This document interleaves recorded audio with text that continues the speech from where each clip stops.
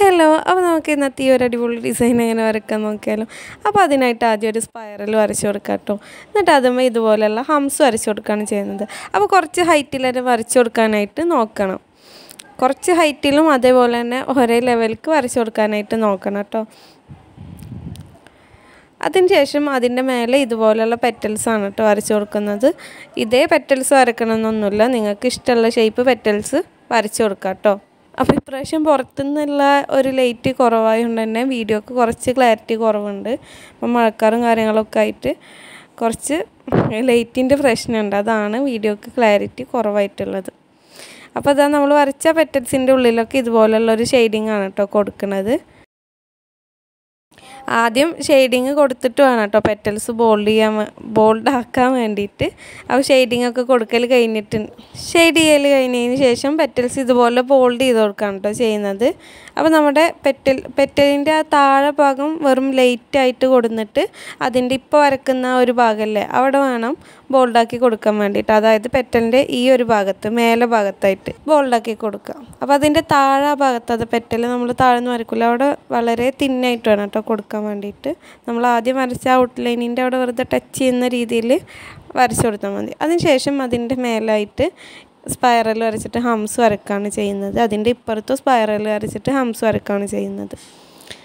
അപ്പോൾ ഈ ഒരു ഹംസ് വരക്കുക എന്ന് പറയുമ്പോൾ അത് ഒരേ ലെവലിലേക്ക് വരണം എന്നൊക്കെ ഉണ്ടെങ്കിൽ പ്രാക്ടീസ് ചെയ്യണം കേട്ടോ. പ്രാക്ടീസ് ചെയ്യാൻ ഒരുപാട് എളുപ്പ വഴിയുണ്ട്. അതുപോലെ തന്നെ നമ്മളൊരു എലമെൻറ്റ് ഒരു 5-6 വട്ടം വരച്ച് കഴിഞ്ഞാൽ തന്നെ നമ്മൾ ആദ്യം വരക്കുന്നതിനെക്കാട്ടിലും പെർഫെക്റ്റ് ആയിട്ട് ഓരോ പ്രാവശ്യം വരക്കുമ്പോഴും ഏതൊരു എലമെൻ്റ് ആണെങ്കിലും പെർഫെക്റ്റ് ആയിട്ട് വരും. അപ്പോൾ നമ്മൾ അതിനായിട്ട് ടൈം കണ്ടെത്തണം, അതേപോലെ തന്നെ പ്രാക്ടീസ് ചെയ്യണം ഡെയിലി. പിന്നെ നമ്മൾ എത്ര മെഹന്തി ഡിസൈൻ വരക്കാൻ വയ്ക്കുന്ന ആളാണെങ്കിലും ഒരു 3-4 വീക്കൊക്കെ വരക്കാണ്ടിരുന്നാൽ നമ്മൾ മുന്നേ വരക്കുന്ന ഒരു പെർഫെക്ഷനിൽ പിന്നീട് വരക്കാനായിട്ട് പറ്റില്ല കേട്ടോ. ഒരു എലമെൻറ്റും പെർഫെക്റ്റായിട്ട് വരക്കാൻ പറ്റില്ല. അതങ്ങനെയാണ്. എല്ലാ കഴിവിൻ്റെയും പോലെയല്ല ഈ ഒരു മെഹന്തി ഡിസൈൻ എന്ന് പറയുമ്പോൾ. നമ്മൾ ഈ ഒരു ഫീൽഡ് വിട്ട് കഴിഞ്ഞാൽ, ഇതിനോടുള്ള ടച്ച് വിട്ട് കഴിഞ്ഞാൽ പിന്നെ നമുക്കൊരിക്കലും പഴയ പോലെ വരക്കാനായിട്ട് പറ്റില്ല. പിന്നെ നമ്മൾ പ്രാക്ടീസ്ഡ് ആയി കഴിഞ്ഞാൽ മാത്രമേ ഉള്ളൂ വരക്കുന്ന ഡിസൈനിലൊക്കെ ചേഞ്ച് വരുള്ളൂ. അപ്പോൾ ആ ഒരു ഫ്ലവറിൻ്റെ 4 പുറക്കെ ഇതുപോലെയുള്ള ഡിസൈനാണ് കേട്ടോ വരച്ചിട്ടുള്ളത്. നമ്മൾ ഹംസ് വെച്ചിട്ടുള്ള ഒരു ഫ്ലവറും അങ്ങനത്തെ സ്പൈറലൊക്കെയാണ് അതിൻ്റെ 4 പുറം വരച്ചിട്ടുള്ളത്. പിന്നെ നമ്മുടെ അതിൻ്റെ നേരക്കുള്ള ഒരു ഫിംഗർക്ക് ഇതുപോലുള്ള ലീവ്സ് വെച്ചിട്ടുള്ള ഡിസൈനാണ് കേട്ടോ കൊടുക്കുന്നത്. അവിടെ അത്ര ഡിസൈൻ കൊടുക്കുന്നുള്ളൂ. പിന്നെ ഇതുപോലെ വരുന്ന ഗ്യാപ്സിലൊക്കെ ഇങ്ങനത്തെ ലീവ്സ് വെച്ചിട്ട് ഫില്ല് ചെയ്ത് കൊടുക്കുകയാണ് ചെയ്യുന്നത്.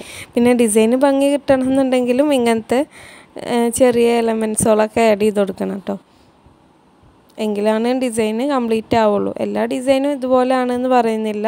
ഒരുവിധം ഡിസൈൻസിലൊക്കെ ഇതുപോലെയുള്ള ചെറിയ എലമെൻറ്റ്സ് കൊടുത്തു കഴിഞ്ഞാൽ ആ ഡിസൈന് കാണാനായിട്ട് ഭംഗിയുണ്ടാവും. അപ്പോൾ ഇവിടെ എത്ര കൊടുക്കുന്നുള്ളൂ കേട്ടോ. ഇതിൻ്റെ 4 സൈഡിലുള്ള കുറച്ച് ഭാഗം ഇതുപോലെ ചെറിയ എലമെൻറ്റ്സ് വെച്ചിട്ട് ഫില്ല് ചെയ്ത് കൊടുക്കുന്നുണ്ട്, കുറച്ച് ഭംഗി കിട്ടാൻ വേണ്ടിയിട്ട്. അപ്പോൾ അവിടുത്തെ ഡിസൈൻ വരക്കൽ കഴിഞ്ഞിട്ടുണ്ട്. ഇനി നമ്മൾ ഇവിടെ വരുന്ന ഒരു ഫിംഗറില്ല, അതിൻ്റെ നേരെ താഴായിട്ടാണ് കേട്ടോ സ്പൈറൽ വരച്ചിട്ട് ഹംസ് വരച്ച് കൊടുക്കുന്നത്. അപ്പോൾ നമ്മൾ താഴെ വരച്ചിട്ടുള്ള പെറ്റൽസും ആ ഒരു ഫ്ലവറും അതിൻ്റെ 4 സൈഡിൽ വരച്ചിട്ടുള്ള എലമെൻറ്റ്സൊക്കെയാണ് ഈ ഒരു ഡിസൈൻ്റെ 4 സൈഡിലും കൊടുക്കുന്നത്. പിന്നെ കുറച്ച് പേര് പറഞ്ഞിട്ടുണ്ടായിരുന്നു ഒരു ഡിസൈൻ വരച്ച് കഴിഞ്ഞാൽ കുറച്ച് ഭാഗം വരച്ച് കഴിഞ്ഞാൽ പിന്നെ ബാക്കി അങ്ങോട്ട് എന്താ വരക്കുക എന്നുള്ളൊരു ഐഡിയ കിട്ടൂല എന്നുള്ളത്. അതൊരുവിധം എല്ലാവർക്കും അങ്ങനെ തന്നെയാണ് കേട്ടോ. പിന്നെ നമ്മൾ അത്രയും മെഹന്തി ഡിസൈൻ വരച്ച് പ്രാക്ടീസ് ആയി കഴിയുമ്പോൾ ഓട്ടോമാറ്റിക്കായിട്ട് നമുക്ക് ഒരു ഐഡിയ വരും, അവിടെ എന്താ വരക്കുക, ഇങ്ങനെ വരച്ചാൽ ഭംഗിയുണ്ടാവും, അങ്ങനെ ഒരു തോന്നൽ വരും. അതെല്ലാവർക്കും അങ്ങനെ തന്നെയാണ്. പിന്നെ എല്ലാ ഡിസൈനും വരക്കുമ്പോൾ നമുക്ക് ബാക്കി വരക്കാൻ എന്താ വരക്കുക എന്നുള്ളൊരു കൺഫ്യൂഷൻ വരും. അത് എനിക്കും അങ്ങനെ വരാറുണ്ട് കേട്ടോ. അപ്പോൾ ഞാൻ അങ്ങനത്തെ ഒരു കമൻറ്റ് കണ്ടായിരുന്നു, അതാണ് ഞാനിപ്പോൾ ഇവിടെ ഈ ഒരു കാര്യം പറയാനായിട്ട് കാരണം.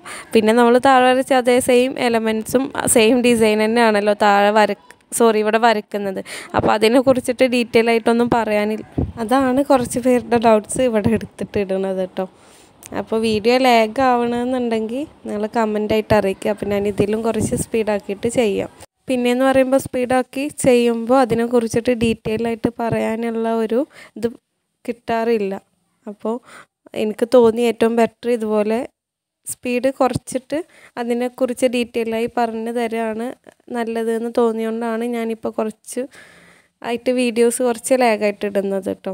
അപ്പം അന്നും ഞാൻ ഇതേപോലെ ഒരു വീഡിയോയിൽ പറഞ്ഞിട്ടുണ്ടായിരുന്നു. അപ്പോൾ അതിൽ കമൻറ്റ് വന്നിരുന്നു, ഇങ്ങനെ പറയാണ് നല്ലത്, ആക്കുന്നതാണ് നല്ലത്, സ്പീഡാവുമ്പോൾ ഒന്നും മനസ്സിലാവണില്ല എന്ന് പറയുന്നുണ്ടായിരുന്നു കേട്ടോ.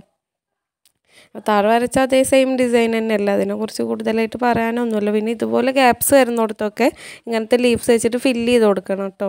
അപ്പോൾ താഴെ വേറെ സ്ഥലത്താണ് ഗ്യാപ്സ് വരുന്നത്, അപ്പോൾ ഇവിടെയും വേറെ സ്ഥലത്താണ് ഗ്യാപ്സ് വരുന്നത്, അത്രേ ഉള്ളൂ.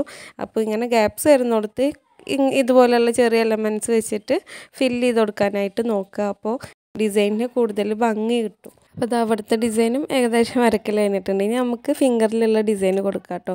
അപ്പോൾ അതിൻ്റെ മേലുള്ള ഡിസൈൻ വരക്കാത്തതിന് കാരണം ഫിംഗറിൽ കൊടുത്തിട്ട് പിന്നെ ആ ഒരു സൈഡിലേക്ക് വരാമെന്ന് വെച്ചിട്ടാണ് ഞാൻ അവിടെ ഡിസൈൻ കൊടുക്കാത്തത്. കാരണം ആദ്യം അവിടെ ഡിസൈൻ കൊടുത്തിട്ട് പിന്നെ ഈ ഫിംഗറിലൊക്കെ ഡിസൈൻ വരക്കാൻ നിൽക്കുമ്പോൾ എന്തായാലും അവിടെ ടച്ച് ചെയ്തിട്ടല്ലേ നമ്മൾ വരക്കുക. അപ്പോൾ ആ ഒരു ഭാഗത്തെ ഡിസൈൻ വരച്ചത് പരന്നു പോകും. അപ്പോൾ അതിലും നല്ലത് ആദ്യം ഈ ഒരു ഭാഗത്തെ ഡിസൈൻ വരച്ചിട്ട് പിന്നെ അങ്ങോട്ട് പോണതാണെന്ന് തോന്നി, അതാണ് ഞാനിപ്പോൾ ഫിംഗറിലുള്ള ഡിസൈൻ കൊടുക്കുന്നത്. അപ്പോൾ കണ്ടോ, ഈ ഒരു ഫിംഗറിൽ ഡിസൈൻ കൊടുത്തു കഴിഞ്ഞാൽ എന്തായാലും നമ്മൾ ഇതുമ്മേ ടച്ച് ചെയ്തിട്ടാവും വരക്കുക. അപ്പോൾ ആ ഒരു ഫിംഗറിൽ ഡിസൈൻ വരക്കുന്ന ടൈമിൽ ഇതുമ്മേ എന്തായാലും ട്യൂബോ കയ്യോ തട്ടാൻ ചാൻസ് ഉണ്ട്. അപ്പോൾ നമ്മൾ വരച്ച ഒരു ഡിസൈൻ പരന്നു പോവുകയും ചെയ്യും, മൊത്തത്തിൽ കൊളാവും. അപ്പോൾ ഏറ്റവും ആദ്യം ഉള്ള ഡിസൈൻ വരക്കാനായിട്ട് നോക്കുക. പിന്നെ ബാക്കിക്ക് വരികയാണ് കേട്ടോ ഏറ്റവും നല്ലത്. അതാകുമ്പോൾ നമുക്ക് ഒരു തല മുതൽ ഡിസൈൻ വരച്ചിട്ട് വരാൻ പറ്റും. അതല്ല ആദ്യം ഈ ഒരു സൈഡിൽ നിന്ന് വരച്ച് തുടങ്ങുകയാണെന്നുണ്ടെങ്കിൽ നമുക്ക് അപ്പുറത്തെ സൈഡിൽ വരക്കാനായിട്ട് ബുദ്ധിമുട്ടാവും.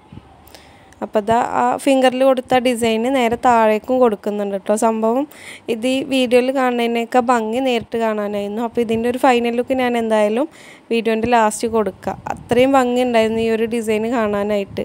അപ്പോൾ വീഡിയോൻ്റെ ഒരു ക്ലാരിറ്റി കുറവ് കാരണം പിന്നെ എന്തോ ഒരു പോലെ ഉണ്ട് സത്യത്തിൽ ഈ ഒരു വീഡിയോ നോക്കുമ്പോൾ അതിൽ ഡിസൈൻ കാണാനായിട്ട്. പിന്നെ മുന്നേ വരച്ചിട്ടുള്ള ഒരു ഡിസൈൻ്റെ സ്റ്റെയിന് കയ്യിലുണ്ട്, അത് കയ്യിൻ്റെ ഉള്ള ഒരു വൃത്തിയില്ലാത്ത പോലെ തോന്നുന്നത്. അപ്പോൾ ഈ ഒരു ഡിസൈൻ്റെ ഫൈനൽ ലുക്ക് ഇതാണ് കേട്ടോ. അപ്പോൾ ചാനൽ ആദ്യമായിട്ട് കാണുന്നവരാണെങ്കിൽ ചാനലിൽ നിന്ന് സബ്സ്ക്രൈബ് ആക്കുക, സപ്പോർട്ടാക്കുക, ഷെയർ ആക്കുക, നിങ്ങളുടെ അഭിപ്രായം കമൻ്റായിട്ട് അറിയിക്കുക.